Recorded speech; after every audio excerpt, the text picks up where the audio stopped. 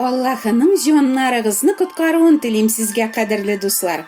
Таулы Ефраим өлкәсендә Илкана исемле бер кеше яши.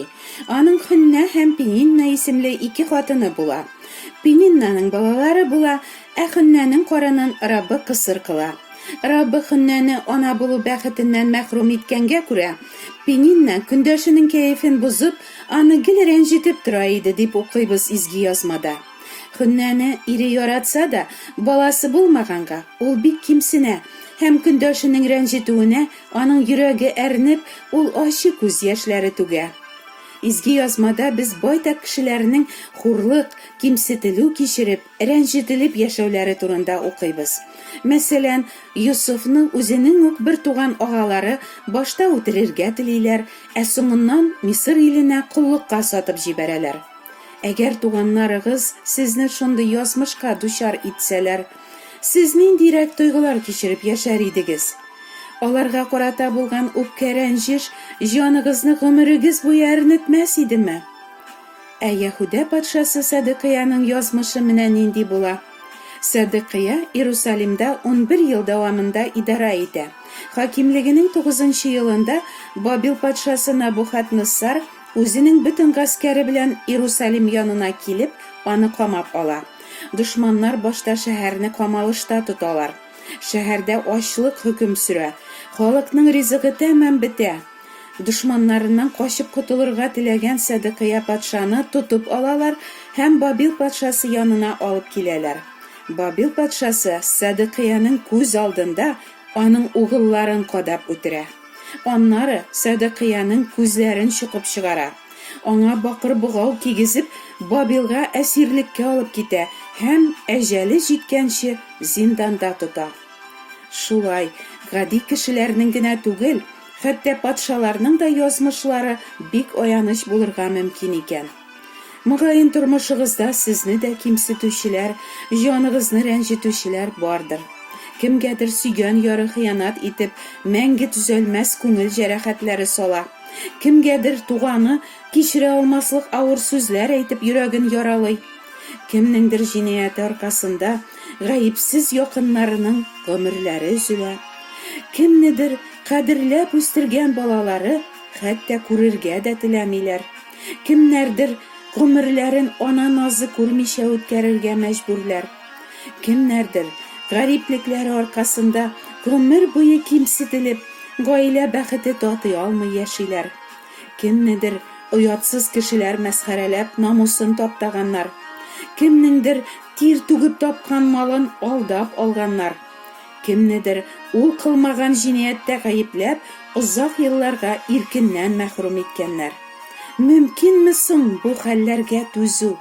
Мөмкинме соң мондый гаделсезлекләрне кичерү? Кайберәүләр еллар буе, кайчак гомерләре буе йөрәкләренә салынган шушы җәрәхәтләрдән күңелләре әрнеп, җан ачысы кичереп яшиләр. Әйе, кимсетелү, рәнҗетелү бик авыр. Кайчакта юк кына нәрсәдән дә күңел кителеп хәтер кала. Бәлки теге кеше начар ният белән дә әйтмәгәндер, ә безгә бу сүзләр бик авыр ишетелә.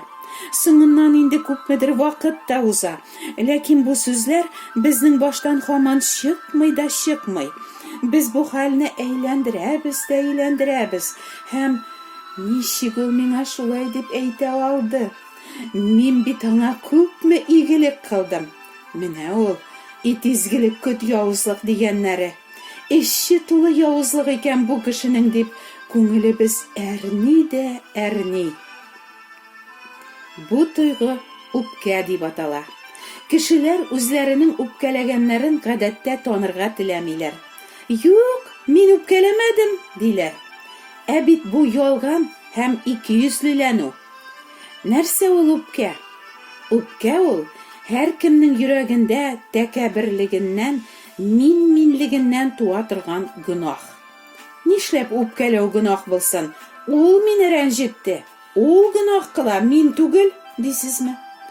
Үпкә ул синең җаның әрнү генә түгел, ә ачу, якыннарыңа ачу, хәтта Аллаһыга ачу.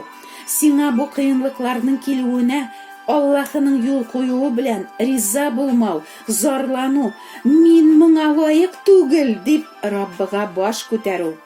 Сез беләсезме, без гөнаһлы кешеләр бары бер генә нәрсәгә лаекбыз: мәңгелек тамукка гына. Алла сүзе шулай ди. Кемдер күңелендәге үпкә ачуын тыйып тотарга, күрсәтмәскә тырыша, кемнеңдер нәфрәте ярсуы тышка чыга. Еш кына үпкә ачу коточкыч хәлләргә китерә, мәкер кыруга, үч алуга, үтерүгә.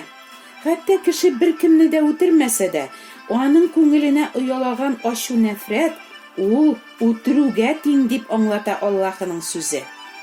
Гаделлекнең минем якта икәнен, мине нахакка рәнҗеткәннәрен аңлап, ул минем яклы булыр, мине хуплар дип килеп чыккан хәлне без еш кына якын кешебезгә сөйлибез.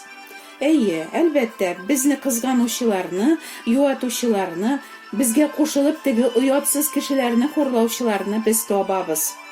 Үзебезне тагын да мискенрәк итеп, тагын да хаклырак итеп тоябыз. Теге кешене тагын да явызрак итеп күрәбез. Рәнҗетүчебез турында көнен дә уйлыйбыз, йоклый алмыйча төнен дә уйлыйбыз. Йөрәк әрни дә әрни, җаныбыз сыкрый һәм елый.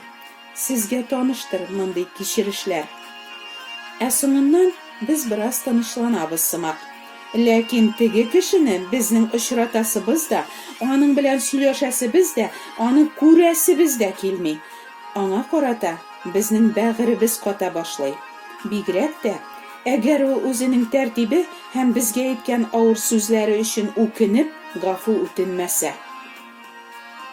Күпме туганнар шулай бер-берсеннән читләшәләр, күрәлми башлыйлар. Элек бер-берсен өзелеп сөйгән күпме ярлар хәзер бер-берсен нәфрәт итәләр.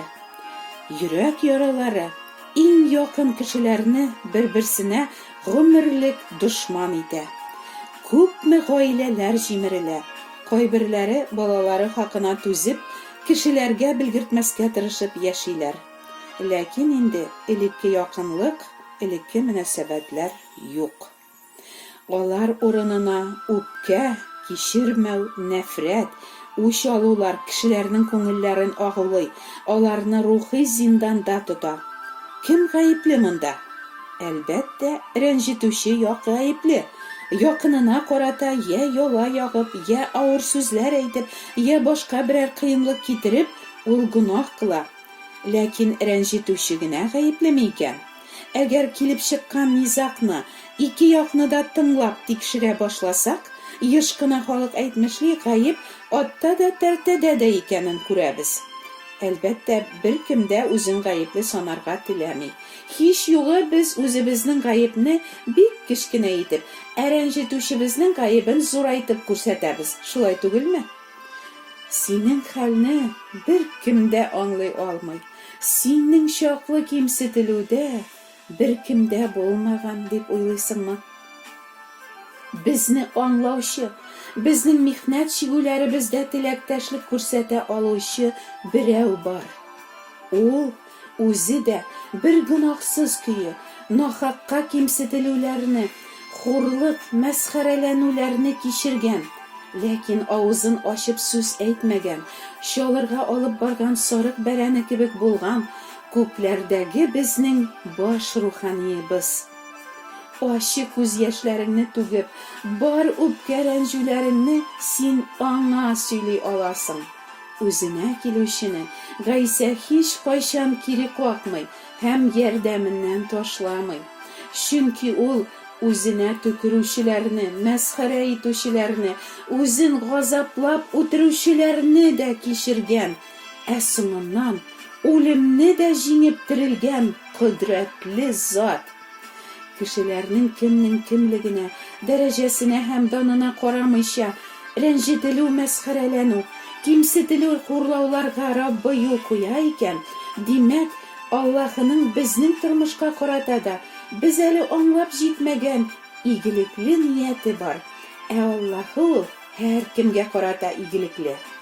Безгә күңел, кайчактан яраларда салган кешеләрне кичерүе бик авыр.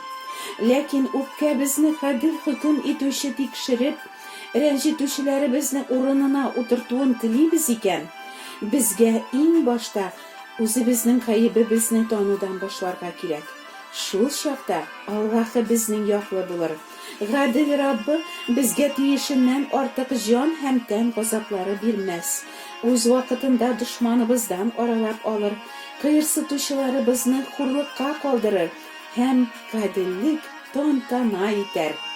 Хәтта безне бөтенләй бер гаепсезгә, нахакка рәнҗетсәләр дә, бу хәлне Раббыга һәр куркыныштан, һәр бәладән, һәр газаптан коткара алучы гадел Аллаһыга тапшырыйк.